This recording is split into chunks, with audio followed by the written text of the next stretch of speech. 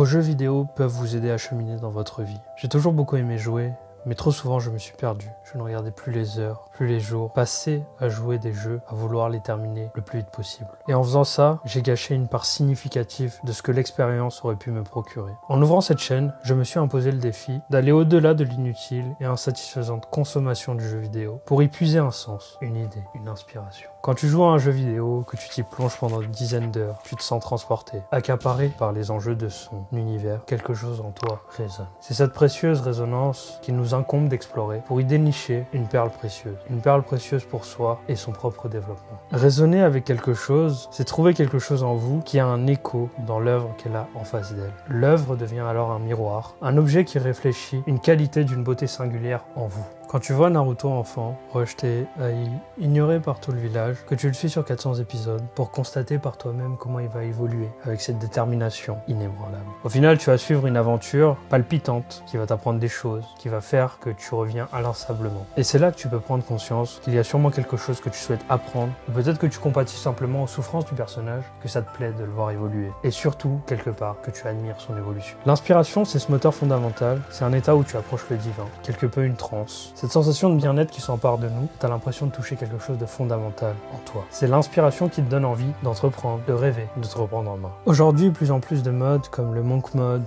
d'autres gourous de productivité voudraient que tu te fermes à toi-même et que tu te lances à corps perdu dans la productivité. Mais à quoi bon si tu t'oublies? Si tu oublies ta singularité, ton essence, et peut-être même ta vocation. Ces œuvres que tu aimes, que ce soit le jeu vidéo ou des mangas, sont des témoins, de précieux indices de ce qui compte vraiment pour toi. Maintenant, il faut distinguer les deux. Est-ce une résonance ou un simple intérêt? Et pour cela, je te propose quelques pistes pour savoir si tu peux y trouver quelque chose. Comment cela occupe tes pensées? Est-ce que tu y réfléchis beaucoup? Est-ce que tu penses beaucoup à revenir, à regarder, à repasser du temps dans le jeu? Est-ce que tu as un attachement émotionnel? Est-ce que tu te surprends à réfléchir aux enjeux du personnage, à ce qu'il pourrait penser à ta place? Quels sont ses amis et comment il fait pour avoir autant d'amis? Est-ce que l'œuvre te pousse à t'améliorer, à être dans cette frénésie, d'en apprendre plus, de dépasser simplement ce médium, ce moyen et d'aller chercher sur des ouvrages papier ou sur internet, à te cultiver plus sur cet univers pourtant fictif. Je vais essayer de te donner une expérience de ce que j'ai pu vivre sur un jeu vidéo et essayer de faire cet exercice d'analyse avec toi. Prenons un récit classique de quête initiatique, un jeu de rôle japonais au hasard, Dragon Quest. Au fond, c'est toujours un peu la même histoire. Tu commences dans un trou perdu,